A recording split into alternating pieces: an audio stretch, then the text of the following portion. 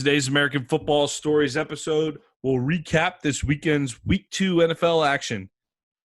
American Football Stories is brought to you by Coach Paint. Coach Paint offers the ability to clearly illustrate video while increasing retention of information in a shorter amount of time. Up your game today with Coach Paint. What time is it? Game time! It's gonna be special. They gonna talk about this forever. Welcome to American Football Stories. Puts his head down, crashes and spins, and dives. Touchdown! Bringing together the many perspectives that make up college football in the NFL. Football is one of the greatest sports ever invented. From players and coaches. Believe, baby, believe, baby. Hey, we playing to win right here, fellas. To the front office and scouts. The public is finally beginning to catch up, but they don't even know half the truth. Us against the world, let's get it. Your hosts, Robert Parker and Nick Knudsen, bring you American Football Stories.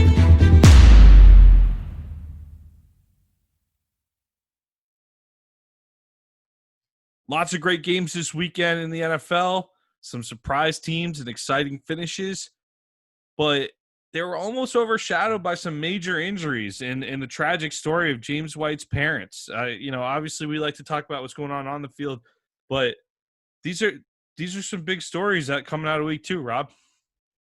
Yeah, Nick. Once again, our hearts at American Football Stories goes out to the White family. News broke right before the Patriots-Seattle game that James White, mother and father, got in a serious car accident. Unfortunately, his father passed away, and his mother right now is in critical condition. So once again, prayers go out to his family and to the Patriots organization. That's a tough loss.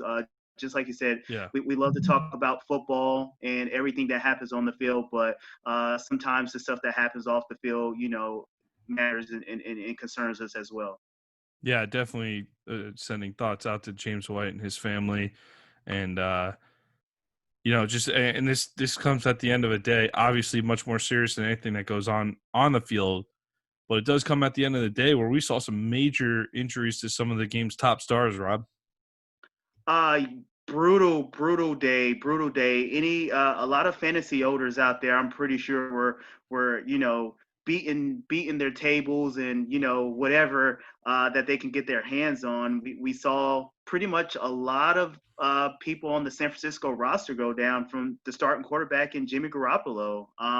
And once again, one of their bigger stars on the defense side of the ball, and Nick Bosa. Mm-hmm. We also had Drew Lock out there in Denver go down with a shoulder injury, and the Giants, Saquon Barkley, go down with a knee injury. So some pretty big names that went down in week 2, Nick, and hopefully we don't see too many injuries moving forward. But once again, we talked about this in previous episodes about, no preseason, really no off-season training. Will we see those soft tissue injuries? But to me, so far, it seems like we're really seeing like big time injuries, not the hamstrings or, the ligament injuries so much, but really the severe season-ending injuries like Achilles, ACL, MCL, and the shoulder collarbone area injuries. So I think that's one thing we have to keep an eye on moving forward. Yeah, and there's no doubt that these guys all found the ability. They all had the ability to train somewhat, but there's no way that they were able to fully train the way they normally would in an off season, right? Which is why we had the concern. We had concerns coming in. We talked all through the preseason about how we had some serious concerns about potential injuries coming into this year. Yeah, we definitely talked about that. Some of those accidents are definitely, freak accidents. Once again, we have the Saints going out to Las Vegas to play the Las Vegas Raiders. Once again, every time I say that, it sounds a little weird to me. But Michael Thomas is officially ruled out. Right. But once again, he had an ankle injury. He just got rolled up on. So a lot of these injuries are the non-contact injuries. I think those the ones that you're more concerned with. We saw Blake Jarwin go down in week 1 with the ACL injury, and it was just really non-contact where he just put his foot in the ground and planted and tried to make make a cut, and his knee gave out on him. And same thing kind of with Saquon. We kind of seen Saquon, his knee kind of gave out on him, and he kind of got upended on the sideline. So a lot of these injuries are more so, non-contact injuries or, friendly fire injuries where your own teammate is rolling into you. So I think we're going to see that a little bit more going forward, but hopefully, these guys can stay healthy. It just seems in this year, in this pandemic year, that it's going to be the battle of attrition. So whatever team at the end of the day is healthy, that's the team that's probably going to win it all. So hopefully everyone can get back healthy. You want these guys to kind of come back and compete and be competitive and moving forward, Nick. Yeah, it's just devastating seeing the major injuries, though, even during a normal season. But it's like some of these injuries, they look like you said, little to no contact. Maybe they accidentally get rolled up on. But I'm thinking, too, I saw Marlon Mack last week. He just caught a ball, tried to turn upfield, boom, went down. I know that happens every year with different guys, but it just seems like it's happening. I would wonder. I'd like to see the numbers. I'm going from my instincts, but it just kind of feels like it's happening at a higher rate. But maybe we're also kind of looking for it more this year too. So maybe we're just paying a little closer attention to that fact than we normally do. But I'd like to see the numbers on that. Let's start. Let's dig in. Thursday night, Rob. This was a game I was super pumped for. Joe Burrow traveling up to Cleveland to play Baker Mayfield and the Browns. The Bengals, they made it interesting late. Burrow looked good, 316 yards, 61 attempts passing, 3 TDs. But Baker Mayfield and the Brownies, they answered the bell. They really controlled this one. The score looks closer than the game actually played out, in my opinion. Cleveland had balance, 219 yards passing, 215 on the ground. Nick Chubb, 20 carries, 124 yards, 2 touchdowns. And Rob, I'll leave the Odell Beckham praise for you. Yeah, Nick. Once again, I really like Cincinnati with the points. But once again, if you have your rookie quarterback throwing 61 times, you kind of scream out and say, "Hey, where's Joe Mixon?" Joe Mixon really didn't have a big day on the ground like you normally expect. But I think this game was more so about Cleveland and Baker Mayfield. On the offense side of the ball, I think they came out and they put an emphasis on what they wanted to do. They want to run the ball with Kareem Hunt and Nick Chubb, and they want to, play action pass off that. And Odell Beckham was, one of the beneficiaries of that, especially on his long touchdown catch. So I think Cleveland coming into this game with Cincinnati had a game plan, and they executed and it worked out for them, and they got the win. Great route by Beckham on that touchdown catch too. He really shook the DB pretty good. Yeah, great stutter and go. Yeah. I think everyone knows in the football community that Odell is one of the top route runners that we have in our league. But I think the thing that we have to see is Baker Mayfield and him build some type of chemistry and get on the same page. And Thursday night, that's what it seemed like. They were on the same page, so it was fun to watch. Brownies move to 1-1. They get that crucial win. They face Washington next week. I'm a believer in this Cleveland team. I think they should get that win too, moving to 2-1. I think we're watching a playoff team grow in Cleveland.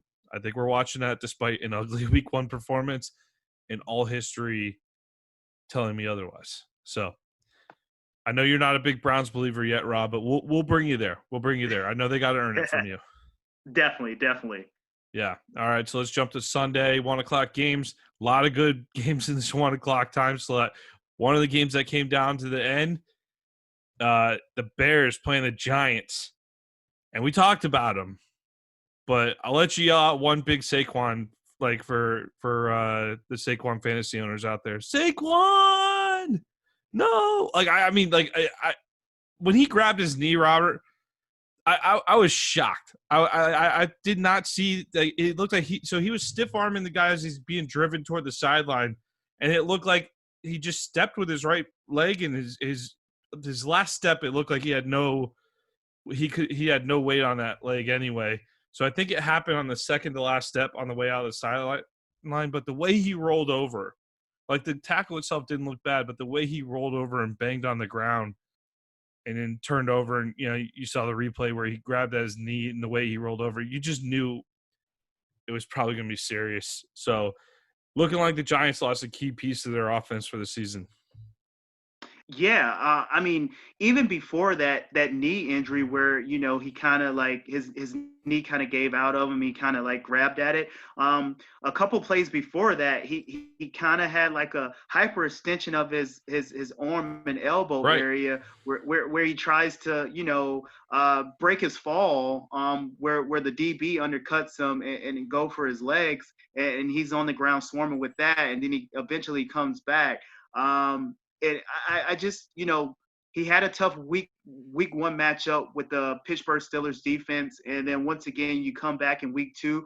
I know that Chicago Bears defense has, kind of taken a step back from what we know in the Bears defense to be over the last couple seasons. But once again, it's still, a top defense with top talent on that side of the ball. And I think Saquon, as a Giants, person who follows the Giants fairly well, it seems like Saquon has a lot of the offense to carry on his shoulders. So when you kind of get run down, whether it's in the passing game or the running game, those injuries tend to kind of creep up on you. Right, especially he's had to shoulder a lot with the young quarterback in Daniel Jones, and I think this team definitely shifts over to putting the pressure on Daniel Jones now on the offensive side of the ball. Definitely going to miss Saquon.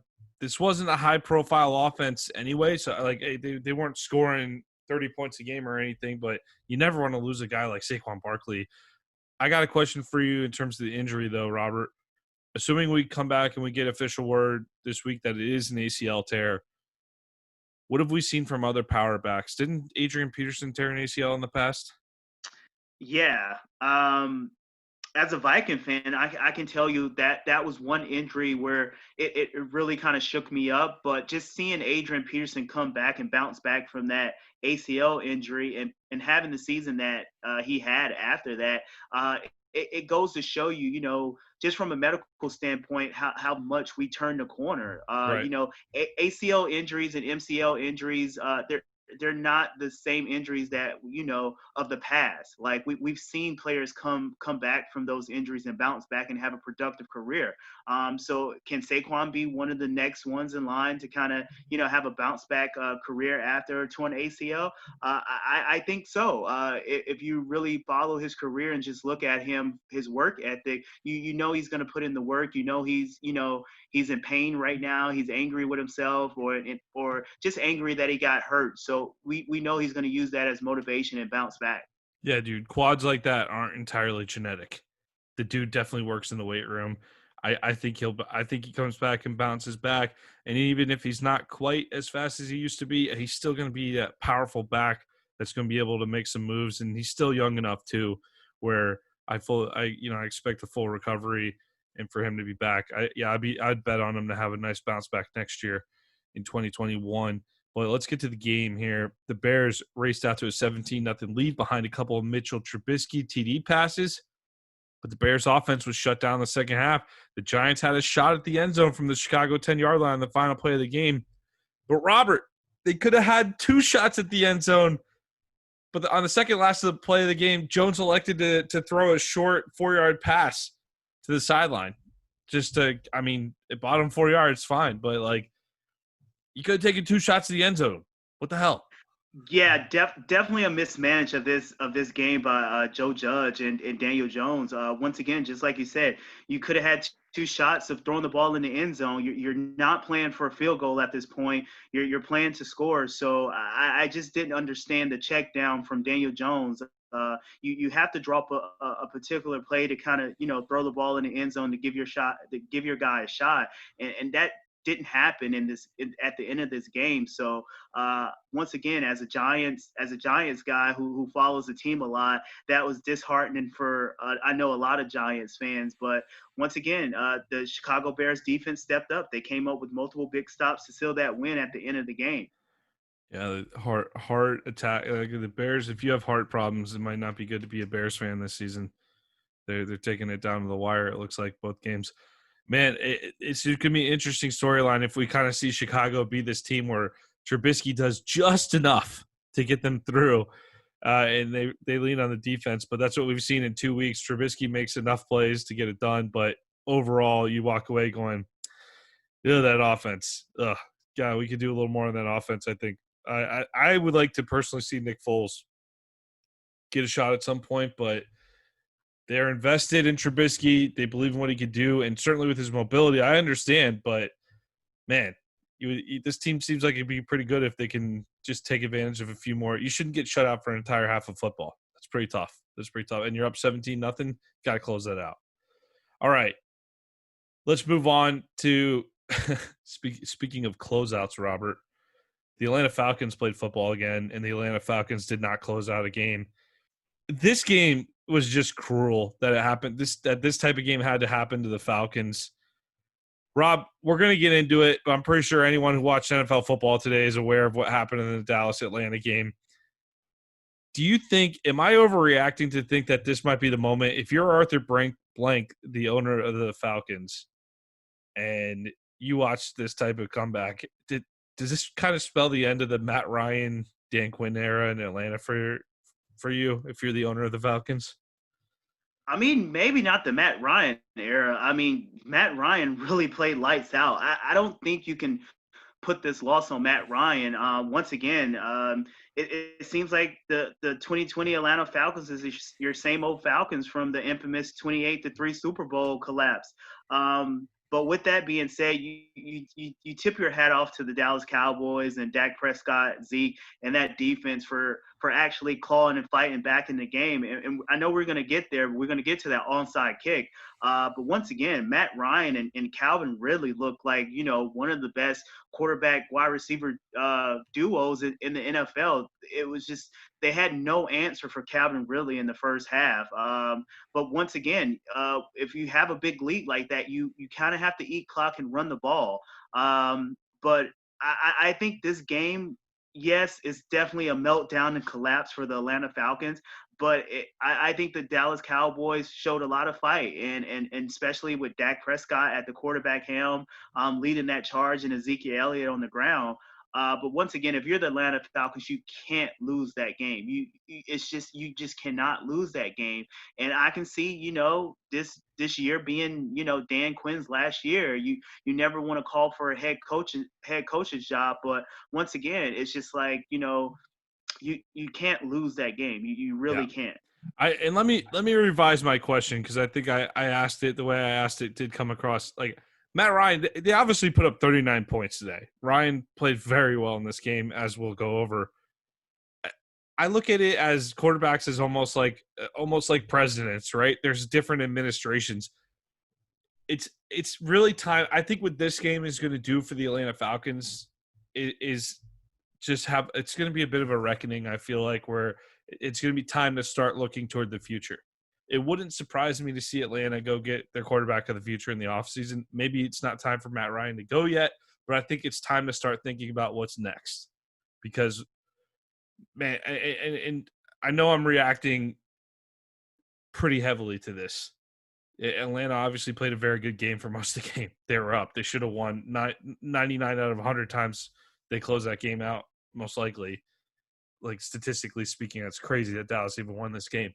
But do you think that this triggers the Falcons to really start considering what's next? I think you have to. You look at the offense side of the ball, they have all the weapons that they need to be competitive week in and week out. But once again, you look at that defense side of the ball. I know last year that defense, was one of the defenses that really got the injury bug hooked up to them. Keanu Neal goes out earlier in the year. You have your corners go out earlier in the year. I think Grady Jarrett went down earlier in the year. So you had all your key pieces on the defense side of the ball really go out early in the year last year due to injuries, and you kind of get those pieces back. I think, the emphasis needs to be more so on the defense side of the ball with the Atlanta Falcons. I think that offense side of the ball is, you have weapons. Matt Ryan is a capable quarterback. You know what you're going to get out of Matt Ryan. Calvin Ridley is a young, superstar emerging at the wide receiver position.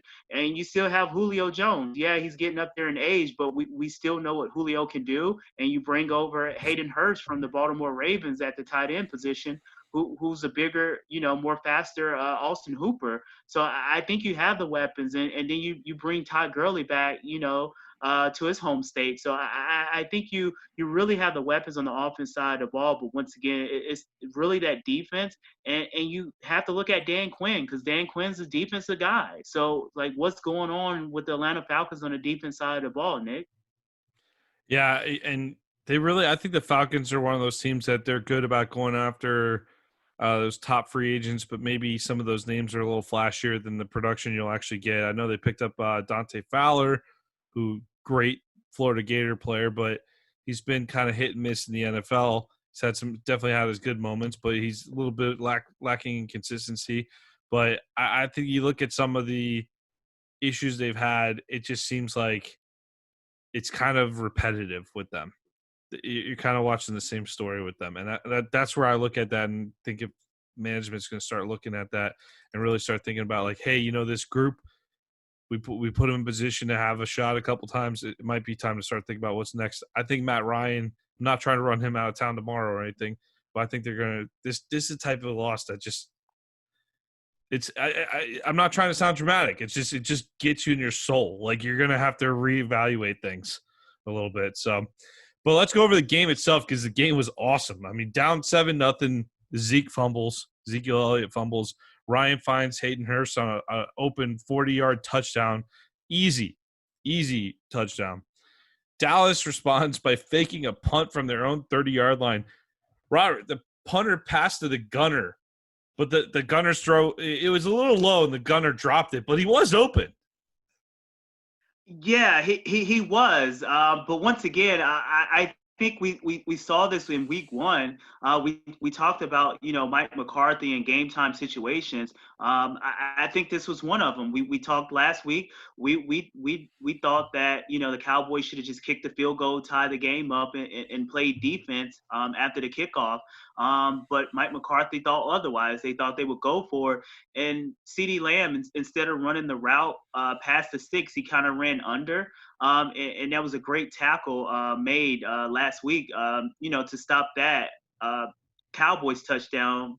But this week we see two fake, punts on fourth down. I don't know. I don't know about the game situation, the game management for Mike McCarthy so far. What are your thoughts on that, Nick? Yeah, it's definitely something you questioned last week too. I think he got bailed out by this incredible comeback win, and we're not talking about it as much. But yeah, I think I like the aggression, but I think I was watching the Red Zone. Chris Hansen's like, hey, so you're cool with your punter throwing it, but not Dak Prescott. All right. Like, which it's easy. Fake punts are one of those things where it's like when you get it, the coach, that coach, he's really got guts. Good for him. And then if they miss it, he's an idiot. So I kudos for trying, but the second one, you might want to revisit the second one. Like, don't. I'm just big on not making the same mistakes. So if you miss one, that's fine, but dude, don't miss two. Like the fact that Dallas did so much to lose this game, it's going to kill Falcons fans to go back over this game. But anyway, so Falcons add a couple field goals.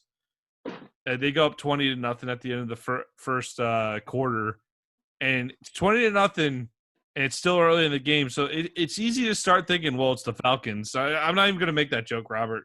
We're not going to be mean to our Atlanta fans here because I think they've been through enough. But that joke's also too easy. So we'll pass on that right now. Dallas responds with a good drive where Zeke Elliott truck stick the hell out of a Falcons defensive back on the goal line. It gets the Cowboys on the board 20-7. But did you see that? Did you see that truck stick Zeke had? I did, Nick, and that's the thing. We talk about form tackling, and on that instance, like that was definitely not a form tackle on Zeke. It was a mismatch, is what it was. That guy had no shot. I tell you this, Nick. If I'm a defender, I'm definitely not taking Zeke head on without bringing my arms to wrap him up. But yeah, that was a huge truck stick on the goal line that got Oof. Zeke the touchdown going in. But once again, that's the way that Zeke runs, and I think moving forward, the Cowboys is going to have to lean on Ezekiel Elliott in the running game a little bit more than what they want to. We know the weapons that they have on the outside with CeeDee Lamb, Amari Cooper, and Gallup. But I think the Cowboys go far as Zeke takes them, and you have to let him run the ball, and you have to feed the guy. Absolutely, and we saw more of Zeke later on in this game too. But the thing I want to point out, the thing I found interesting with this game, this wasn't like Atlanta got up early and then just kind of went to sleep. Atlanta stayed aggressive. They came out, they responded. They go up 26-7 with 6 minutes left before the half, score another touchdown. But then Quinn decides to go for 2, and that would put the Falcons up 28-7. And I get the call on paper. I understand the logic. But I don't think you'd see this call from many coaches, Rob. They failed to convert. What do you think of their decision to go for 2 down up 27-6 with 6 minutes before the half? Would you have just kicked the extra point in that situation? Yeah, you know me, Nick. So I'm a big fan of always taking the points, never leaving the points on the field. And in this case, you're already up, double digits. So why not just take the extra point and stave off of going for the 2-point conversion? And it kind of came back to bite them. But once again, I think Dallas, especially in the first half, did everything that they can to give this game away. And Atlanta, just like you said, they didn't, go to sleep. They kind of stayed on the gas. But once again, Dallas showed good fight and great, tremendous comeback ability to come out with this win.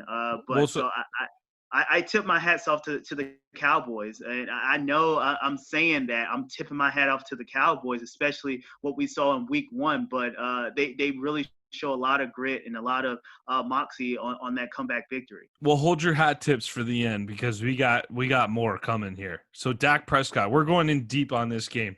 We're going in deep. Dak hits on several pass plays, sets up a pre-halftime field goal, cuts the lead to 26-10. And the Falcons have a little over a minute left. But Ryan goes right down the field and leads a last-minute drive, puts Atlanta up 29-10 going to the second half. So even the little momentum Dallas had, Atlanta just would step on their throat, and you feel like, I like the aggression. This wasn't a Falcons team that, like we said, that went to sleep at all. So they come out in the third quarter. CeeDee Lamb takes a big pass deep in Atlanta territory. Dak ran it in, finishes the drive, brings the Cowboys back within 12, 29-17. But did Atlanta fold there, Rob? No. They went right into Dallas territory. They set up a beautiful trick play where wide receiver Russell Gage hits Julio Jones on a bomb from midfield. And, man, it was a perfect pass. It was a perfect pass. Julio gets the ball on the goal line but drops it. Goes right through his hands. Julio freaking Jones. Dude, that couldn't have been set up any more perfectly. Yeah, you just don't see Julio dropping too many of those passes. But once again, I'm definitely not going to hold Julio to this loss and say, hey, if he catches the touchdown, they go up and Cowboys is, has even more of a steep climb after that touchdown. But once again, you have to look at Dan Quinn, and you have to look at, the game management. Once again, we talked about the 2-point conversion going for 2. I know I understand about being aggressive and, slinging a ball around and putting the ball in your best player's hand in Matt Ryan. But once again, you have to get a running game going to kind of to chew the clock and eat up the clock. So even the Cowboys can't come back, but it just seems like everything that was supposed to go the Cowboys' way went the Cowboys' way in the second half. Yeah, that drop from Julio Jones, you're not going to get that many times, and that's a haunting image in this game because that was a great play design, and Russell Gage, man, he just ripped it. He ripped it. It was right on Julio, right in the goal line. Would have been an easy touchdown had Julio caught it. So big missed opportunity for Atlanta there. Cowboys start to get the momentum. They get the ball back. Dak hits Amari Cooper on a deep ball, one-handed catch by Cooper. They would later punch it in, 29-24. Did the Falcons fold here? Nope. The Atlanta offense answers back, goes right down the field. Ryan hits Gage in the end zone, puts Atlanta up 36-24. The defense for Atlanta comes out. They hold Dallas to 4th and 5 from the Cowboys' own 40-yard line. And Rob, here comes your beloved fake punt. This time we snap it to the up man, but he runs into a wall. He stopped well short of the first down. The Cowboys missed on their second fake punt of the day. You can't make this up. Yeah, and you really can't. And I know the focus this whole offseason, especially with the addition of CD Lamb through the draft, and everyone wants to talk about the offense. But I think one thing that we have to focus on is that Cowboys defense. I know Van Der Esch gets lost, week 1 with the injury that he suffered. But once again, you can't, run a fake punt, or you can't be aggressive and try to go for it on 4th down, knowing that your defense is a liability. And I think that's the narrative. That's what we're seeing so far, especially with the Cowboys defense in the first 2 games. That defense gave up a lot of points and a lot of yards in the last 2 games. So with that being said, you kind of have to take the points when you can. So that's my only thing when it comes to Mike McCarthy in the game situations and game management.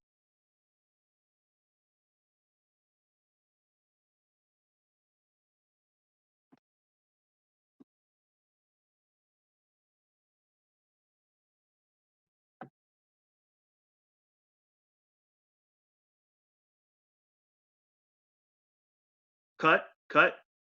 Nick. Oh, shit. Nick? Yeah. Yeah, you were muted. I think you were muted. I was talking while I was muted. Yeah. Fuck. Okay. You ready? Yeah. Thank you for calling me out.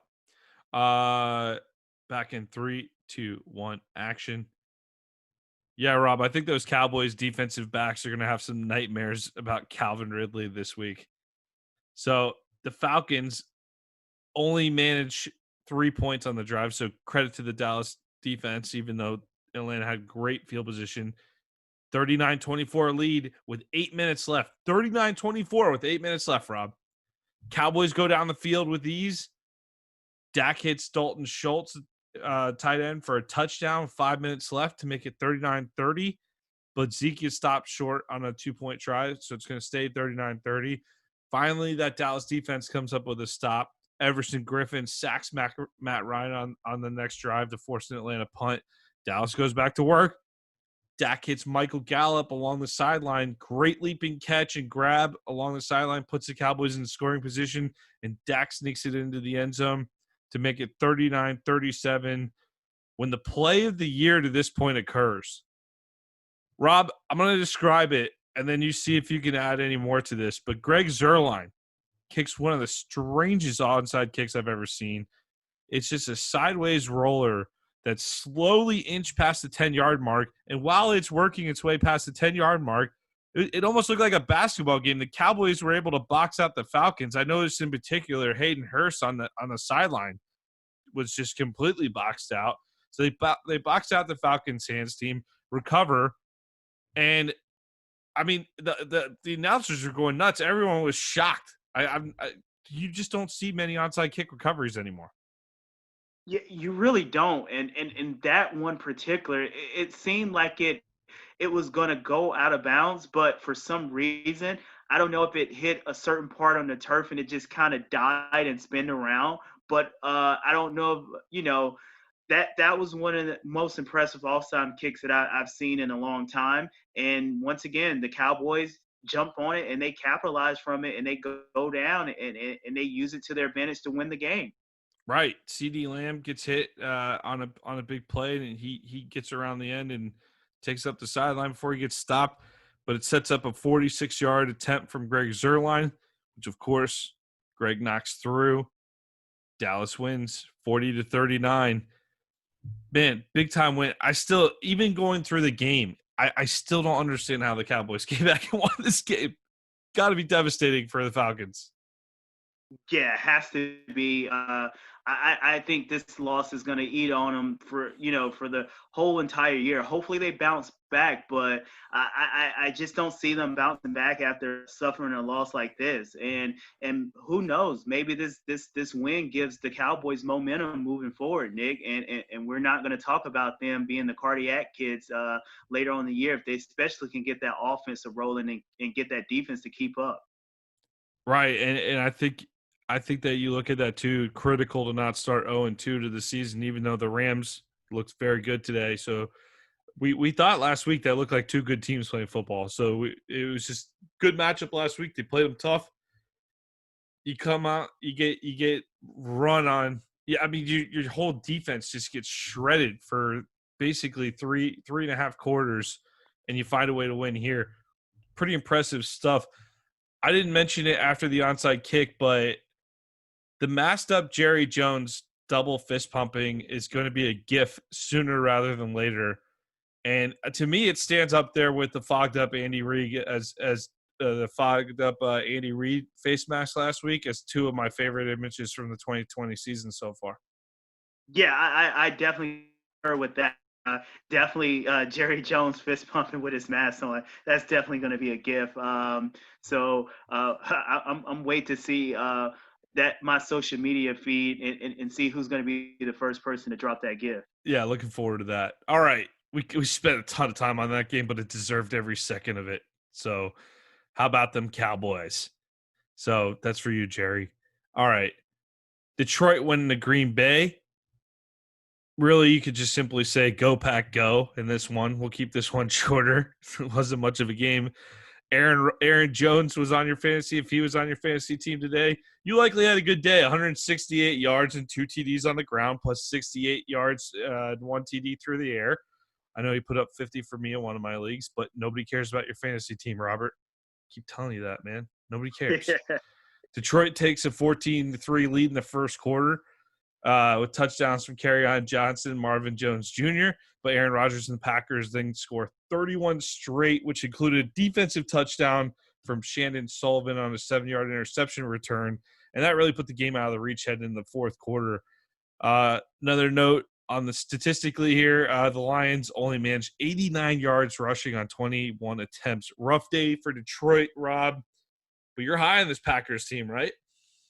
Very high. 2 weeks in a row scoring 40-plus points, Nick. I really think Aaron Rodgers is back. I think he used this offseason to kind of get rejuvenated, especially with the addition of Jordan Love in the draft.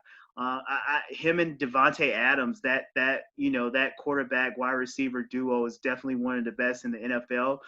But when you have someone in the backfield like Aaron Jones who, can break chunk plays and big plays and kind of help out Aaron Rodgers here and there, I think for the longest that was one thing that Aaron Rodgers and the Green Bay Packers was missing was a true running game. And I really think they have that with Aaron Jones, and he's proven it. So once again, if the Green Bay can get it done on the ground and can get it done on the air with Aaron Rodgers, this team is going to be hard to beat. Yeah, I think that offensive performance, if they keep up with this rate on offense, it's going to be a long season for the NFC North because we saw some ugliness out of Minnesota today, and I'm not a big believer in that Chicago team right now. So let's switch to another set of contenders here. Another contender here, Jacksonville at Tennessee. Probably one of the more exciting games this afternoon too. Tennessee 33, Jacksonville 30. So this is another team with high hopes we're talking about this season, Robert. And obviously I'm talking about the Jacksonville Jaguars. Are you ready to take back your tanking accusations after watching Minshew's Maniacs go toe-to-toe with another top-tier division foe? Are you ready to take it back and say you're sorry? I think I am, Nick. Honestly, I mean, 2 weeks in a row, I think it's become pretty apparent that the Jaguars have their quarterback of the future in Gardner Minshew. I think he has the moxie and he's just so poised in critical situations and he's having fun. I think that's the biggest thing out there, that he's having fun and everyone around him is having fun. And he's, you got freaking James Robinson, East-West Shrine guy, who's the number one running back in your backfield. That says a lot. So I think everyone on this team is rallying around, Gardner Minshew and Minshew mania, but also believing in themselves and saying, hey, I know we have a whole bunch of rookies on our team, but we're not tanking. We want to be competitive each and every week, and they're proving it so far. Minshew, 30 of 45 for 339 yards and 3 touchdowns. But the Titans did force a couple interceptions from the Jags star quarterback. Like you mentioned, James Robinson, another good week. Last week was no fluke. He rushed for 102 yards and 1 touchdown on 16 carries. As much as I want to talk about the Jags, though, the Titans did make more plays on offense. Tannehill looked good. He had 4 touchdowns on the day, including 2 to Jonnu Smith, he was a beast today, Jonnu Smith. If you haven't seen the Jonnu Smith highlights, check them out. Many expect Tennessee to contend for the AFC again this season, Rob. But did you see any red flags from the Titans today, or are we just ready to admit that this Jags team might be better than we expected? I think a little bit of both. I think we have to admit that this Jags team is a little better than what we expected, but also I think it is some red flags there for the Tennessee Titans. And one of the red flags for me is Derrick Henry. It's 2 weeks in a row. It seemed like, the Denver game, yeah, he kind of grind his way to, a lot of yards in the first game. But it just seems like more teams are focused on him, and they're not going to let him run, north-south. They're going to try to make him run east-west and tackle him low and tackle him high, 11 hats to the ball. And I think right now Derrick Henry is struggling. But at the end of the day, when Ryan Tannehill is actually having a good 2-week performance. So if Ryan Tannehill can carry the offense, I think Tennessee is in a good position. But once again, that offense runs off of Derrick Henry, and so far Derrick Henry hasn't looked like the Derrick Henry of last year. How much credit do you give to Derrick Henry for Ryan Tannehill throwing 4 touchdowns, though, with the defense focused so heavily on Henry? Yeah, I mean – he's having an intangible impact, at least, right? It seems like certain games he's going to have to be that decoy, whether he likes it or not. But once again, if Ryan Tannehill can kind of keep producing like he is through the air, I think that is going to open up a couple of holes for Derrick Henry moving forward. Right. And we know who wants to tackle Derrick Henry, in late October, November, and December. I was about to ask that question. I see Derrick Henry as a diesel engine that he takes a minute to warm up, but he is going to, the further the season goes, the sorer these defenses are. I mean, it's early on, right? You can still kind of throw everything into it, but it's going to be different later in the season. That's when we really saw him take over last year, wasn't it? Yeah, and I think we can see that again. But once again, he's not hitting the hole with as much acceleration as he did last season. But once again, just like you said, he's that diesel engine. He needs to warm up. He needs to get a couple more games up underneath his belt to kind of get there. But if he does, and Ryan Tannehill is clicking on all cylinders, this Tennessee Titans team is definitely going to contend for the AFC Championship. And for the Jags, you might be looking at a situation where the sum of the parts is greater than the whole. I really like the way this team fits together. Laviska Shenault, rookie out of Colorado, is looking good. Tyler Eifert got on the board. He's catching touchdowns again after a lot of injury-plagued seasons in Cincinnati. James Robinson, a lot of good stories coming out of Jacksonville. We're going to keep a close eye on this Jags team. They might not be ready to contend this year. I still think the Titans are your favorite. And kudos for Tennessee for taking Jacksonville's best shot today. But I'll tell you what, Jacksonville does not traditionally play well at Tennessee. So it was interesting to see that was a real battle today. And the Titans, they really stood up. They got the job done. Give Vrabel's crew credit. They proved it 2-0 and take sole possession of the lead in the AFC South. Minnesota traveled to Indy, Rob. And I promise I didn't stack the Jags and Vikings back-to-back like this on purpose, but, man, this was an ugly game. It was a horrible game. As a Vikings fan, we know the mantra of Kirk Cousins. You like that. And I tell you what, Kirk, I did not like that today. We have to look at his numbers. I mean, 3 interceptions on the day. But it's not all Kirk Cousins. Once again, that Vikings offensive line is really struggling so far this year.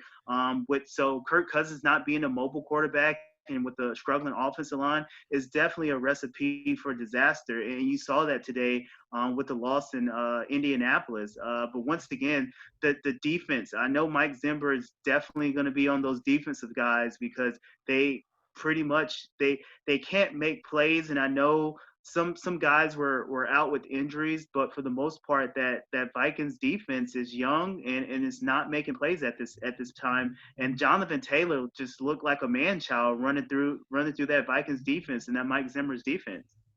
That's Jonathan Taylor for you, though, too. I think he's going to look like that against a lot of teams.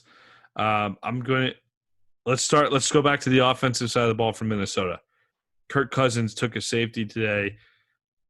I really didn't think – when I watched it, I just felt bad for the guy. He kind of – I think he avoided a couple – he stepped aside a couple times, but it's just like the pressure was just so in his face. He got wrapped up by DeForest Buckner, who we all know what kind of presence he is along the defensive line. Great player for the 49ers for many years now in Indianapolis. But how much of this do you think is on the O-line right now with Minnesota? I mean, obviously you look at it too, and – hey, Cousins' contract is probably not helping the situation to pay offensive linemen. So in some respects, you don't feel that bad for Cousins. But this is a guy who needs time. He needs time to throw the ball. I mean, yeah, and over the course of his career, he's been proven if he can stand up and have a clean pocket, like he can definitely make, the necessary throws that he needs to make to win games. But on the other end, it's kind of like when he doesn't have a surefire clean pocket and he is feeling the pressure, that's kind of when Kirk Cousins melt down. And I think that's the biggest knock on him, since he came out of Michigan State. You have certain quarterbacks who can handle the pressure, whether they have a good offensive line or not a good offensive line. And I think Kirk Cousins is, when it's bad offensive line play, Kirk Cousins looks very, very bad in the pocket. So I think that's one thing that, the Vikings fans and Vikings front end personnel have to keep an eye on moving forward is do we have to beef up the offensive line? It kind of seems like it's similar. That offensive line is playing similar to the Giants offensive line, and we all know how that Giants offensive line struggled. I will give you on the defensive side of the ball, I'll give you a silver lining with the Vikings defense. They did force the Colts to settle for 4 short field goals from Rodrigo Blankenship today. So the Colts definitely moved the ball, but the Vikings would stand up in the red zone pretty much, stop them. But what exactly we're diagnosing the offensive line as a major issue on the offensive side of the ball. Give me some. Do you have a specific area on the defense, or is it kind of a little bit of everything right now? Once again, I think it's a little bit of everything. Anthony Barr got injured early in the game, and he didn't come back. Once again, we know the injury to Danielle Hunter. And Ndakwe comes over through the trade via Jacksonville, but once again, he hasn't been there as long, so he doesn't have the chemistry. And on the back end, we have, young corners on the back end. So I think it's a combination of everything, and the defense has to gel as one rather than having individual pieces. So with that being said, I think Mike Zimmer gets the Vikings offense and defense in line, and they bounce back next week. But it's definitely going to be tough sledding, especially when Aaron Rodgers is playing the way he's playing, and Green Bay is clicking on both cylinders on the offensive side of the ball and the defense side of the ball. Yeah, I thought the Vikings would get on track this week, but instead the Colts get their bounce-back win against Minnesota. All right, let's go to Buffalo and Miami. There's a lightning delay in this one, but Buffalo hangs tough. They hold off a good – Miami team. I like what this Miami team's doing. I like what they're building. Fitzmagic goes for 328 yards, but Josh Allen threw for 417 and 4 TDs, along with a hell of a celebration where I think he was playing the guitar and he just ripped it. It looked like a rock star out there, Josh Allen. And the Buffalo offense, it made plays when they're needed. This was a team under Sean McDermott that they've really relied on the defense the last couple of years, and it looks like the Bills finally have a complete team. Are we ready to declare them contenders in the AFC? Yeah, I think there are contenders in the AFC. I think, you can go back to last year and actually say, hey, they can be contenders just based off their defensive prowess. But now you having Josh Allen, who's never thrown for 300 yards in a game. He throws for 312 week 1, and he throws for 417 in week 2. So with the progression of Josh Allen week in and week out, this team is so much better when he's throwing for 300 to 400 yards rather than just handing it off left and handing it off right, or running and scrambling like he normally does and take big shots. So I think the progression of Josh Allen from the pocket is tremendous for this Buffalo team moving forward. And the addition of Stephon Diggs, I think Stephon Diggs had 8 catches for 153 yards and a touchdown. Great. I mean, that's what you trade. That's what you trade for. You trade for to get a number 1 receiver, and I think you got one in Stephon Diggs, and I think Josh Allen loves it, and that Bills defense and the whole team loves it because they're clicking on both sides of the ball. Even though Miami was definitely hanging around in the game, but I really think the lightning delay kind of had something to do with that, because it just seemed like Buffalo was really manhandling the Dolphins early in the first half. The Jets are terrible. The Dolphins are rebuilding still, even though I like what they're doing. They're still not there. They went up to New England. They hung tough against the Pats last week too. But the real question, and we've seen the Patriots play 2 games now too. We'll get to that Patriots-Seahawks game at the end of this, but Buffalo, New England. How do we see that matching up after 2 games? Are we getting too excited about Buffalo because they played the Jets in Miami? Do we need to see it in another game or 2? Well, I'm not getting too excited, but that's the thing. When we talk about these games, you have to win the games that you're projected to win, and I think that's what Buffalo did. They took care of business. They beat the Jets and they beat the Dolphins. Those are games that they have to win. They were projected to win, so they took care of business. We can't fault the Bills for beating up on their counterparts. But as long as they got it done, I think you tip your hat off to them. But you definitely want to see them play against stiffer competition and how they fare well. But once again, they took care of business like they were supposed to. So go Bills, and Bills Mafia is probably jumping off tables right now after the win they had earlier today. To jump off tables for a loss or anything. Love Bills Mafia. One of the sadder parts about not having a season, they got a great team to watch. They can't go watch them, man. It's tough about having this type of season here. All right, well, Miami, on the other hand, like I said, I like what the Dolphins are building. I could see Miami winning 5-6 games this year. Wouldn't surprise me. No, it definitely wouldn't surprise me. Once again, with Ryan Fitzpatrick back there, he's a gritty quarterback. He's a savvy veteran. He has his highs and he has his lows, and you just kind of have to ride him. But once again, just like you said, they are in a rebuilding year.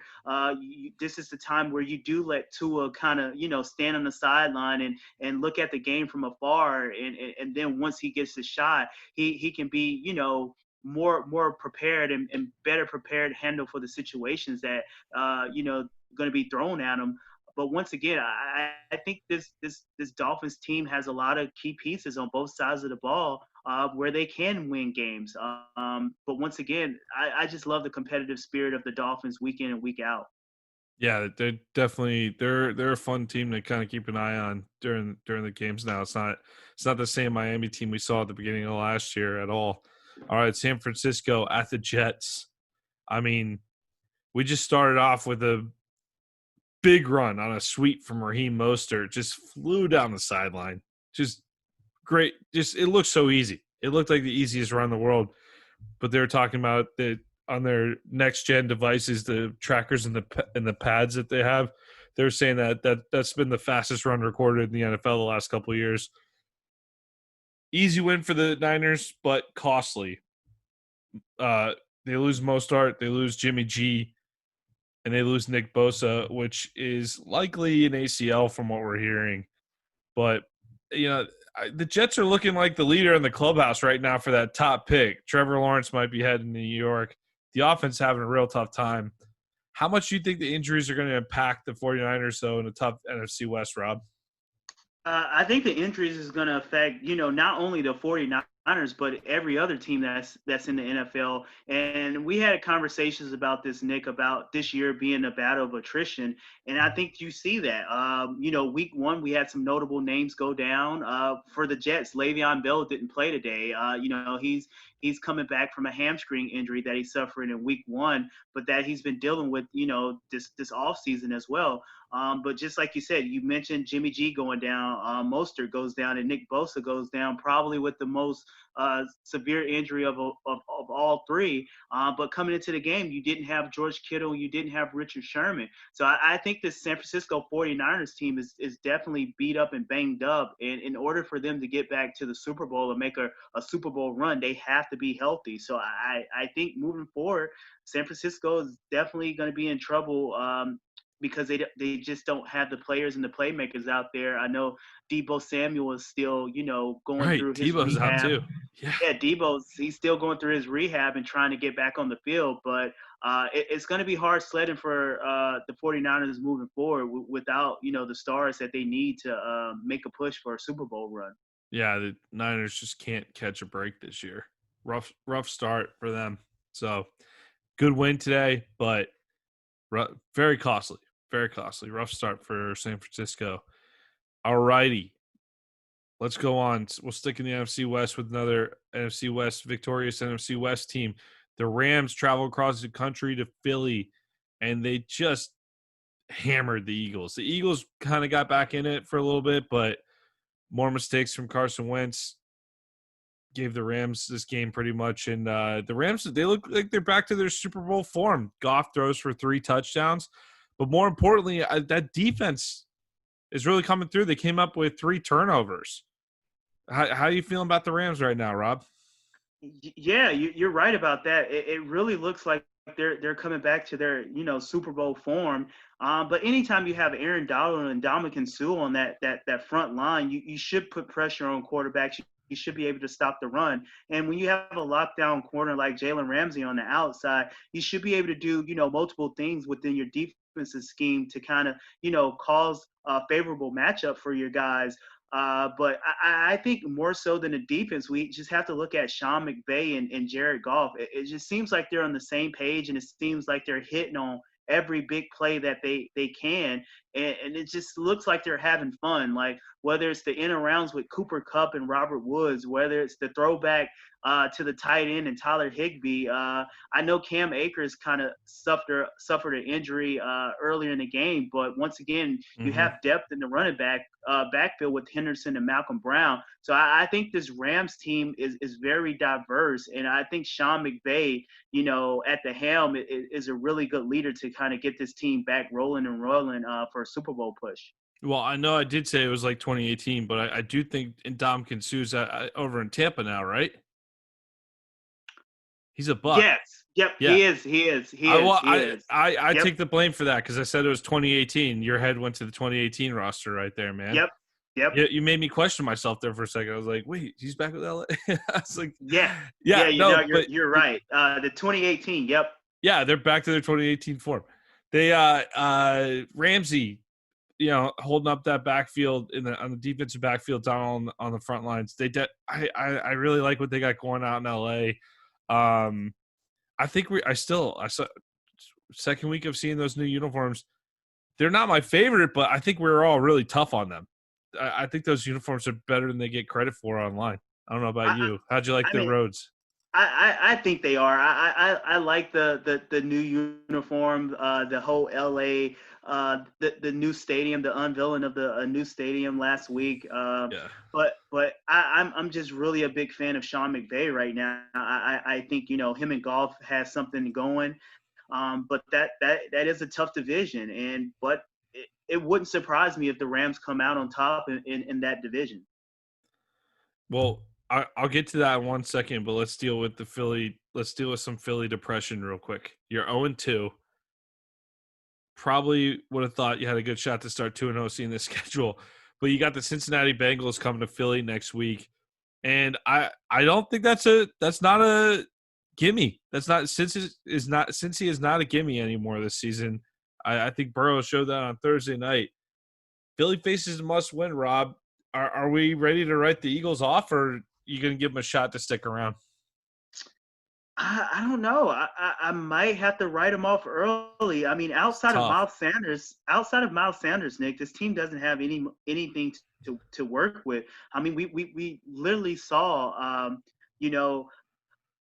Philly lose a 17-point lead week one with the Washington football team, and that was a meltdown last week, and it just seemed like they couldn't get nothing going this week. We saw Jalen Hurd kind of make his special appearance outside, running some jet sweeps, kind of, eye candy type stuff to kind of get Miles Sanders, one-on-one matchups, favorable matchups, and Carson Wentz favorable matchups. But once again, it just seems like the Eagles just doesn't have enough pieces, and that defense is really, really horrible. Yeah, they fell behind pretty big early in this one. They made a little run. But from what I've watched in these games, it just seems like they keep shooting themselves in the foot. And I'd like to see one game where they just play clean, because I think if they play clean, they can compete at a pretty high level. Yeah, it really seems like they're having more problems, not only with the personnel, but just with the game management and play calling as well. So I right now the Eagles it's going to be an uphill climb for the Eagles moving forward. And just like you said, they have Joe Burrow and the Cincinnati Bengals next week, and I'm not really quick to give this game to Philly right away. Right. Yeah, definitely going to have to dig into that one a little bit. All right, let's jump back to the Rams real quick. You'd mentioned it. You like the Rams in the West. I like Arizona. San Francisco, we talked about. I think their stock's dropping right now because of the injuries. And I just think it's a different roster right now. I think they'll be back next year. But I'm thinking the West is coming down between Seattle and the Rams based on what I've seen in the first 2 weeks. Yeah, I mean, and if it comes down to those two teams, I definitely have to, tip the scale in favor to the Seattle Seahawks just because of Russell Wilson. I really think he's playing with a chip on his shoulder, and he's really trying to go after that MVP award. I mean, the guy's never got a vote, an MVP vote, not alone an MVP award, but he's never got a vote. So with that being said, I really think he's on a mission. DK Metcalf, tremendous, talent on the outside. We know what Tyler Lockett can do. Running game with Chris Carson and Hyde. So I think the Seahawks team is built, to win right now, and I think they can. So you give them the edge over the Rams in the West? I will give them the edge over the Rams just because of, Pete Carroll and Russell Wilson. Yep. All right, let's move on to Pittsburgh. The Steelers. They beat the Broncos 26-21, but it wasn't easy, man. James Conner bounces back, 106 yards rushing, 1 touchdown. Chase Claypool out of Notre Dame torches man for 84-yard touchdown reception. Steelers are up 17-3 in the third quarter. Denver quarterback Drew Lock was knocked out in this one with a shoulder injury. Former Louisiana Tech Bulldog great Jeff Driscoll in action. Terry Bradshaw might tell you that Louisiana Tech quarterbacks play pretty well in Pittsburgh, but I was impressed with Driscoll's effort. He ends up with 2 touchdowns, 256 yards passing, and the Broncos nearly stole a win in this one. But a Trey Edmonds sack at the Pittsburgh 15-yard line ended the Broncos' last-ditch effort. Good effort by a Denver team. Once again, they almost took out Tennessee last week, too, against one of the better teams in the AFC. I think a lot of people think Pittsburgh's going to be one of the better teams in the AFC. They look to have improved in the offseason, Rob. I'm not sure this is a playoff team, especially if Locke is out for any significant period of time, but Vic Fangio seems to have Denver headed in a positive direction.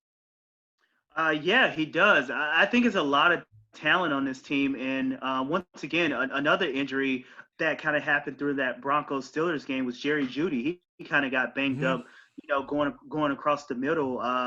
I think he eventually wind up coming back to the game, but we're going to have to keep an eye on him throughout the next week or whatever to see how he bounces back.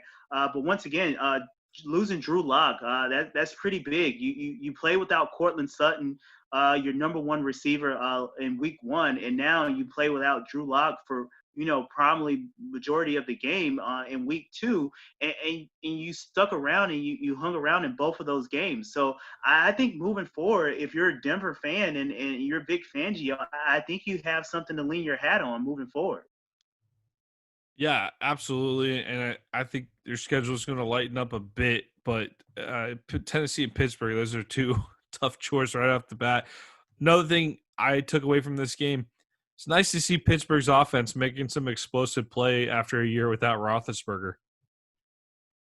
Yeah, it really seemed like that was the missing piece of last year's team. I think Mike Tomlin is a good enough coach to kind of have you go 8-8, but I think Ben Roethlisberger is the type of player that puts you over the hump and gets you to the playoffs and gets you to being in Super Bowl contention year in and year out. So a healthy Big Ben is a good Big Ben for Steelers Nation, and definitely a healthy Big Ben is a good Big Ben for Juju and that receiving corps and Deontay Johnson and Claypool and James Washington.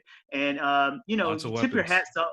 You tip your hats off to James Conner. I know he was, getting beat up in social media and in some fantasy segments about, him being able to stay healthy and him being injury prone, and Benny Snell taking over that starting position. But we had a fumble from Benny Snell this game, and James Conner just kind of took the ball and ran with it. And, he racked up a whole bunch of yards and he had a bounce back game. Yeah, good win by Pittsburgh to hold on to that. That would have been a brutal loss. Like you got a backup quarterback on your home field. Got to take care of business there. Got to think. Most people think Pittsburgh's a better team than Denver too. Got to take care of business. They nearly blew it, but give them credit for holding on. Steelers improved to 2-0. Let's move down to Tampa Bay. Watch Tom Brady. Tampa Bay bounces back. So is Tom Brady. The Bucks beat the Panthers 31-17. And all I came away from, once again, after watching the Bucks for a second time, is, man, that defense is good. They let up a bit late, and that's why I think you see the 2-touchdown spread there. Looks like Carolina scored a little bit. But they had Teddy Bridgewater and Christian McCaffrey under wraps for 2.5 quarters. I mean, totally shut down. Kudos to the Panthers for fighting back late. They got back within a touchdown. They made it 24-17 late. But they've really showed a lot of fight. There's not a lot of expectations in Matt Rule's first year, but the Panthers have shown a lot of fight in 2 games. Teddy goes for 367 yards passing. I'd like to know how many of those yards were in garbage time, though. A couple of big passes late from Teddy. So numbers are a little bit inflated there.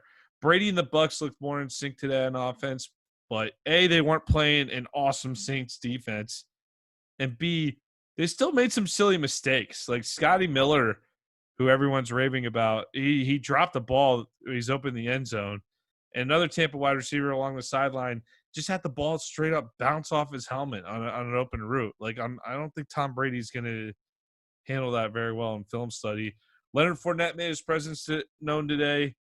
2 touchdowns for the former Jaguar, including a 46-yarder to seal the game and make anyone who took the Bucks at +9 very happy. Fournette finishes with 103 yards rushing. Brady goes for a workmanlike 217 plus 1 TD. That 1 TD was to Mike Evans, who had 7 receptions. Rob, I think the Bucks are going to explode in a few games this season, but I think a few more performances like this will label Tampa Bay as a defensive football team. Brady's got the weapons, but I think the offense should understand that the defense is the better unit here. And if they could just simply play mistake-free football and let the defense carry them, I'm pretty sure this team could go a long way. Yeah, I definitely agree with you, Nick. Once again, the Bucks limited Christian McCaffrey to 59 yards rushing. Wow. And so anytime you limit Christian McCaffrey to under 100 yards rushing, I think that's a good day for your defense. And once again, I think that the Tampa Bay defense in week 1 had a solid performance. I know they kind of, had some plays that they wish they could have back, but once again, I think it was an overall good good performance for their defense in Week 1 against the Saints, even though they lost that game.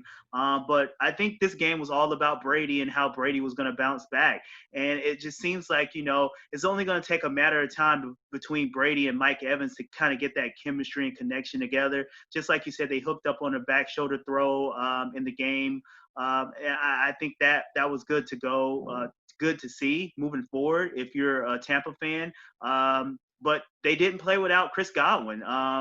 So I think that's another piece that, you have to respect. And then with Leonard Fournette running hard and running the way that he did, I think this Tampa Bay team is set up, to make a Super Bowl push, especially when you have the offense side of the ball clicking and the defense side of the ball clicking like that.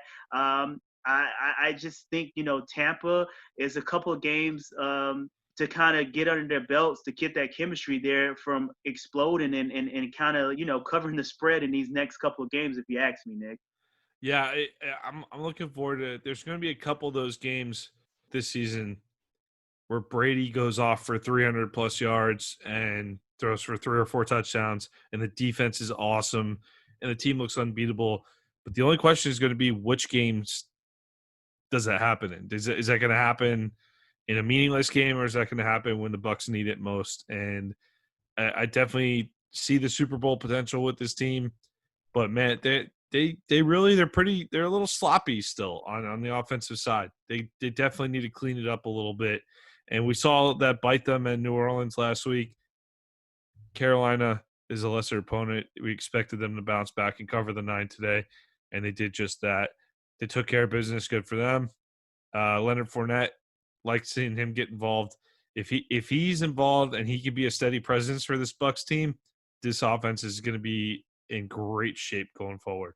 So look forward to see more of the Bucs increase their sample size to see what they are. But that defense, awesome. Enjoy watching them. Let's move on to the Washington football team traveling out to the desert to face the Arizona Cardinals. Kyler Murray. Man, the Kyler Murray show is just like in full effect now. As the Cardinals offense is starting to look kind of lethal. They're stacked at the skill positions. And really, as long as Murray doesn't get caught on one of his signature runs, I think we can expect a high-flying effort from the Arizona offense week in and week out, Rob. Yeah, I mean, especially with Kyler Murray at the helm. And coming into the season, Kyler Murray was like one of my dark horse candidates for MVP. And I think that's showing in the first 2 weeks of the season. If you just look at Kyler Murray's stats, not only did he throw for 286 yards and a touchdown, but he also rushed for 66 yards and 2 touchdowns on 7 carries. So I think he's getting the job done through the air and on the ground. And he loves his favorite new toy in DeAndre Hopkins. So I think this Cardinals team can actually, be a playoff contender. Just that Patrick Peterson seems like he's coming back to form, being one of the number 1 corners in the NFL. Chandler Jones, we know what he can do on the edge, but this team is going to go as far as Kyler Murray takes them. And so far, so good. Kyler Murray is playing lights out. So let's just keep an eye on Kyler Murray, as the season progresses. Hopefully, the injury bug doesn't hurt the Arizona Cardinals. But once again, I think, this is a team that a lot of teams is going to have to contend with later down the line. Definitely a dark horse out west, but you and I think we both like the Rams and Seahawks a little better. But this Arizona team with this offense, they could be pesky. They could be pesky. Definitely expect them in the playoff hunt. Another tough start for the Washington football team, but this time they couldn't bounce back, unlike last week at Philly where they came back from that 17-0 deficit. They failed to score in their first 7 possessions before finally opening things up a bit after they're down 20-0 in the third quarter. I think we're all expecting a tough year out of Washington, kind of a rebuild still, young quarterback, new system, new players, lots of off-field distractions, not really a recipe for total success this season. So I don't think there's any newsworthy items to dive too deep into with this performance with Washington. So we'll continue to keep an eye on them going forward. Let's go to LA, Rob. How about them Chargers covering 9.5? This game kind of started off pretty weird for me, Nick. With with the injury to Tyrod Taylor, I turned on the game and I saw Justin Herbert start, and I was just like, hey, what's going on? And then you get the reports that he's suffering from, chest pain. So I think that kind of threw me for a loop when I started watching the game. But wow, Justin Herbert, rookie debut, looked pretty good and looked pretty sharp. What do you think about that, Nick? Yeah, I definitely was impressed with the fact that the Chargers coaching staff just seemed to let him play. They weren't managing him too closely, which only makes sense. I mean, I understand that it takes time to adjust and come to the NFL, but I never like when they treat these guys like they're children. Like, just let them rip, let them play. And they were super aggressive. They were going for fourth downs. They just let them throw the ball around. Like, it was fun to watch this game. The offense, they pieced together a couple first half TD drives, but they only managed field goals down the stretch, and it really allowed Pat Mahomes to come back. You got to get in the end zone that second half. You can't go to entire half not getting in the end zone and expect to beat the Chiefs. Mahomes, though, he was beat up by that LA defensive line. How impressed were you with Joey Bosa, Melvin Ingram, and company? Yeah, I was really impressed. I think, with Melvin Ingram and Bosa, that's one of the two best duels that you have in this league, especially when healthy. But once again, you see Pat Mahomes make plays with his legs. He kind of really turned into a dual threat quarterback, rushing over 50 yards. Yeah, So that's an underrated part of his game. Definitely an underrated part of the game. I know you don't want your, 500 million quarterback running around trying to make plays. But at the end of the day, this Chiefs offense, it had some hiccups today. It didn't look as explosive as we normally see it. Week one, they really kind of leaned on the rookie on the running game. This week, I know Tyreek Hill made some big plays, but once again, it seems like something is missing. But once again, Andy Reid and Pat Mahomes is going to come around and get everyone on board and get the continuity going moving forward. And once again, they're going to make a deep, playoff run, Super Bowl contenders. I think this was more about the Chargers than the Chiefs, if you ask me. I thought the Chargers played very well in this game, but you got to, if you play Kansas City like this, you got to come away with the win. If you're going to be a serious contender, you got to close them out. You put that ball in the end zone in the second half one time, you're doing it, and they couldn't get that done. So again, you can't go a whole half of scoring without scoring and expect to beat the Chiefs. The Chiefs, though, I mean, they're basically the Golden State Warriors from a couple years ago. They could be down most of the game, and then boom, boom, boom, real quickly they're back in it. So they're too explosive to keep down all game. So even if you play a great game, make a good effort, it's not going to pay off if you can't make more plays than they do down the stretch. So good effort nonetheless by the Chargers, and I think some teams will watch that tape and maybe take some notes on how to defend the Chiefs. But once again, we see how good Mahomes and the Chiefs are. They really were outplayed for most of the day. They still come away with a win.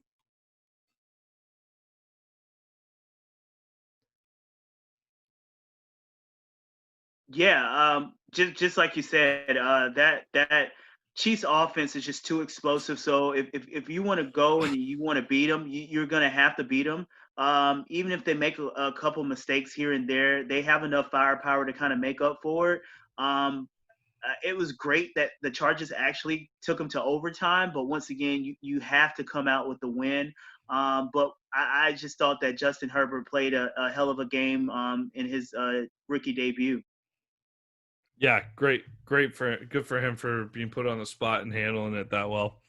Chargers defense looked good though, and I expect them to. I don't know if I take them seriously as a threat for the Chiefs, but I definitely think they're a playoff team. I think they got playoffs written all over them with that defense. So Baltimore traveled to Houston and really just handled the Texans with no problem. They were fully in control from start to finish. The Texans showed some fight, but the Ravens were just a better team here. In the second half, Baltimore only had 4 possessions. They opened the half with a 14-play drive that ate up 8.5 minutes. They scored a touchdown on a 6-play drive later on, and then they pieced together a 13-play drive that took 4.5 minutes. And their fourth possession in the second half, they just simply ran the clock out. So 33-16, Houston, Baltimore beats Houston 33-16.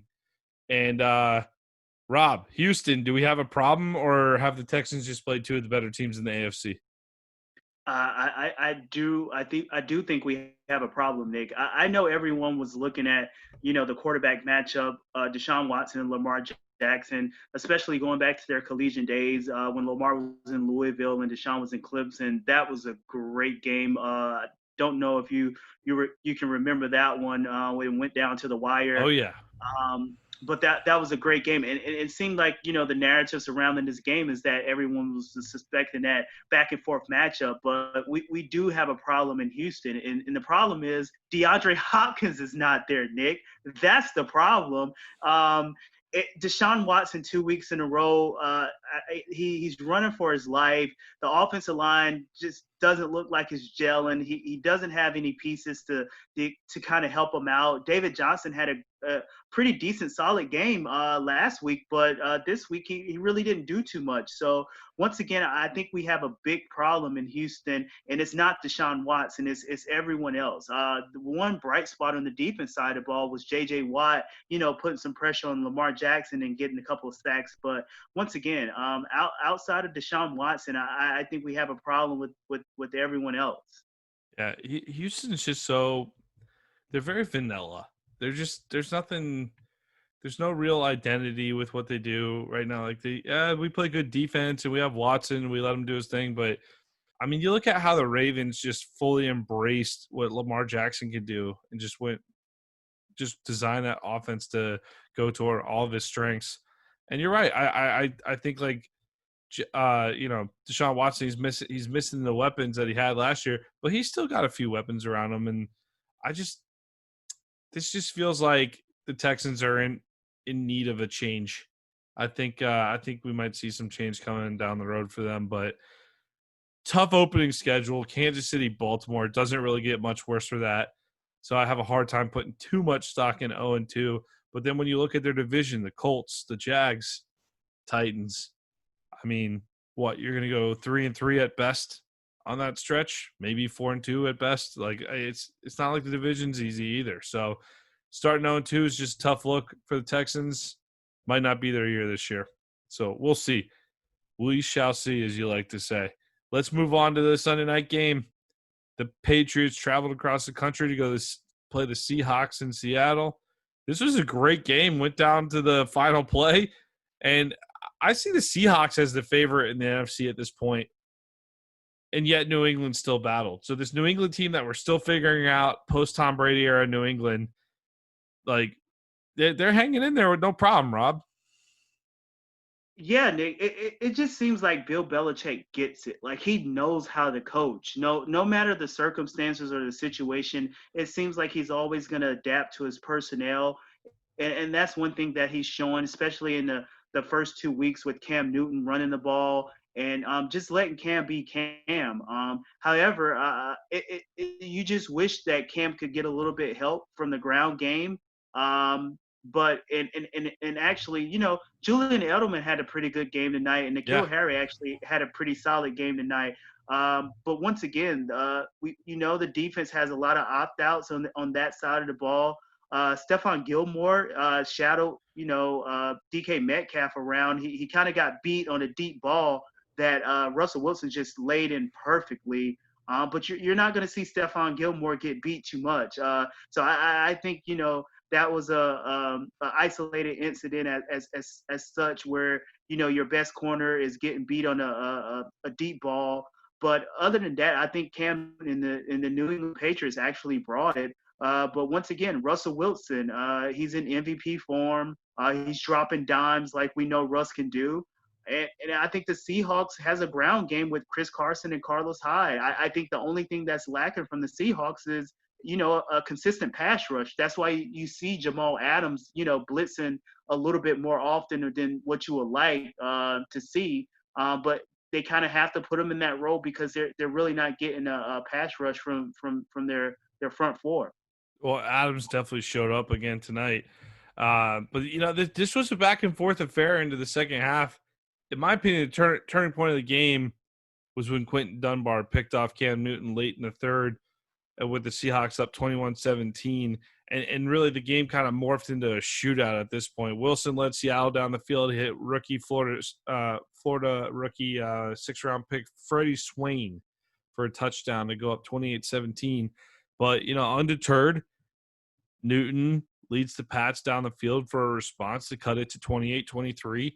The Seahawks come back, and Wilson connected with Chris Carson to put Seattle up 35-23. But Newton stormed right back and took him down the field. Patriots scored with just over 2 minutes left to bring it to 35-30. Cam gets the ball, gets one opportunity, and goes right down the field again. Gets down to the 2-yard line for the final play of the game. And, of course, the Patriots and Seahawks come down to a final play of the game from the 2-yard line. And New England runs the ball with Cam Newton over to the left off tackle. But the Seahawks, they swarmed that area of the field, and they had about 3 guys on the field that kind of knocked out Cam Newton at the legs, and Newton wasn't even really close to the goal line. Yeah, I just wish, I know that that's probably going to be their bread and butter moving forward, that power run with Cam Newton. But I just wish, that play could have been, drawn up a little bit differently. Maybe get Cam on the edge where you have a run pass option. But once again, you tip your hats off to Seattle, and you also tip your hats off to Cam Newton and the Patriots for putting up a fight. I know the 12th man is normally known for their fans. We didn't have any fans in the stands, but I think it was a good play game on both sides. But I just think the better team came out with the win. Yeah, and like I said, I see Seattle as a contender in the NFC, and all that New England just proved tonight is that they're not going anywhere. They're still very much a contender in the AFC, and this isn't like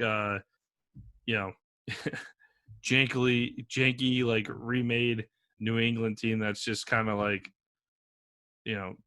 just a few pieces that Belichick picked up here and there. So I think that Patriots fans can take some confidence going forward with this performance. Yeah, most definitely, and I just think just like I said earlier, Bill Belichick gets it. It's a well-oiled machine over there. He doesn't have all the pieces that he normally has, but I think that's one thing that Bill Belichick thrives off of, to prove people wrong and to say, hey, I'm one of the best coaches out there. I can get it done regardless of the personnel that I have. And I think he's showing you that, especially within the first 2 weeks. Yeah, good performance by the Patriots. Good win by the Seahawks. That caps off our NFL Sunday. Look ahead to Monday. Vegas opens up their new stadium, Allegiant Stadium. The New Orleans Saints will travel there to face the Raiders. We both like New Orleans at -6 in this one. Rob, any quick thoughts on that game for the audience? Just for fantasy owners, once again, Michael Thomas is definitely ruled out with the ankle injury. So, I mean, we might see a lot of Emmanuel Sanders and Traquan Smith, or we might see a lot of Alvin Kamara like we saw in week 1. Mm-hmm. But once again, we both like the Saints to cover and win the game. I know it's some injuries on the Vegas side of the ball with Henry Ruggs. But once again, doesn't matter. I just love the Saints. I think the Saints is just on the mission. Drew Brees is on the mission. I think they get the job done on Monday Night Football. So give me the Saints, and I like them to cover. All right. That's great. Let's move it on to our Did You Know segment. And Rob, you got the Did You Know question. Yeah, Nick. So I know on our college segment, you kind of stumped me a little bit. We had like a spelling bee. I'm not gonna go that route with you, but I am gonna go. I am gonna go a different route, and we're gonna go the quarterback Heisman route. So and we talked about this year. You have Baker Mayfield, Lamar Jackson, and Deshaun Watson. And we talked about Big Ben. We have a lot of Heisman Trophy quarterbacks, and Joe Burrow. We actually seen a Heisman quarterback battle this past Thursday night with Joe Burrow and Baker Mayfield. So with that being said, my Did You Know question is, how many Heisman Trophy winner quarterbacks we have that won a Super Bowl? Ooh.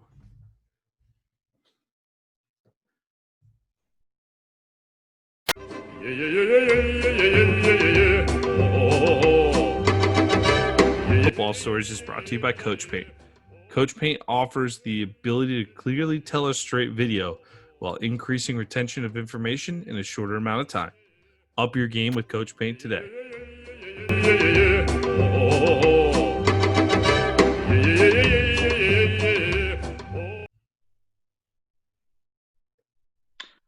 Yeah. So before we left out, Nick, the did you know question that I proposed to you is we had a Heisman Trophy quarterback battle this past Thursday with Baker Mayfield and Joe Burrow.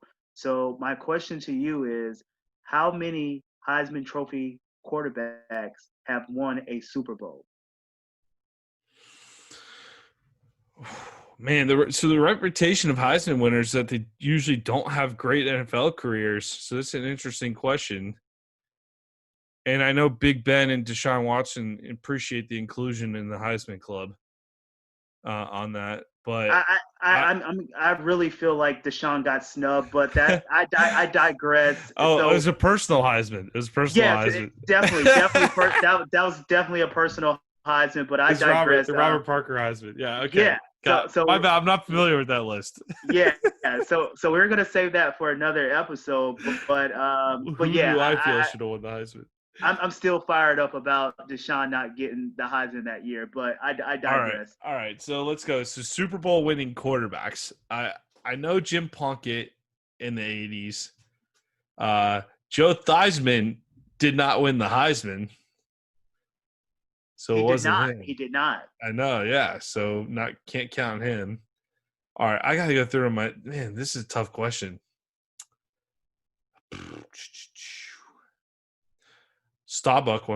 Roger Staubach won the Heisman. Plunkett. And I'm just trying to think recently, man. Manning didn't win the Heisman. Brady Roethlisberger, Russell Wilson didn't win it. Yeah. Recent history, nothing in recent history. I'm gonna go with. I think the answer is only two: Jim Plunkett and Roger Staubach. Wow. Okay. Well, clearly I can't stump you, Nick, because you got both of them right. Roger Staubach and Jim Plunkett both led their teams to Super Bowl championships as starters and won the Heisman. Great job, Nick. I'm very impressed with that. I couldn't think of any in recent history. I thought I was probably forgetting at least one. But wow, so I know we're keeping score. I think I'm still one up on you. But yeah, how are you counting, man? How are you counting? It's 2-1. I'm up 2-1. You are you counting tonight's victory? Yeah, of course I'm counting tonight's victory. What is this? The Robert Parker scoreboard along with the Robert Parker Heismans? Yeah, it's kind of slanted on this end, dude. Everything is slanted on this end. I'll let you know I'm officially tracking it on our website. Gotcha. So anyone who wants to check that out, it's on the podcast section of AmericanFootballStories.com. I'm tracking every question along with our answers, and we're keeping a scoreboard. But I propose that we reset at the end of every month. I like that. Yeah, we're doing enough episodes where we can reset at the end of every month. I like this. All right, Rob. Good episode tonight, man. You want to read us out?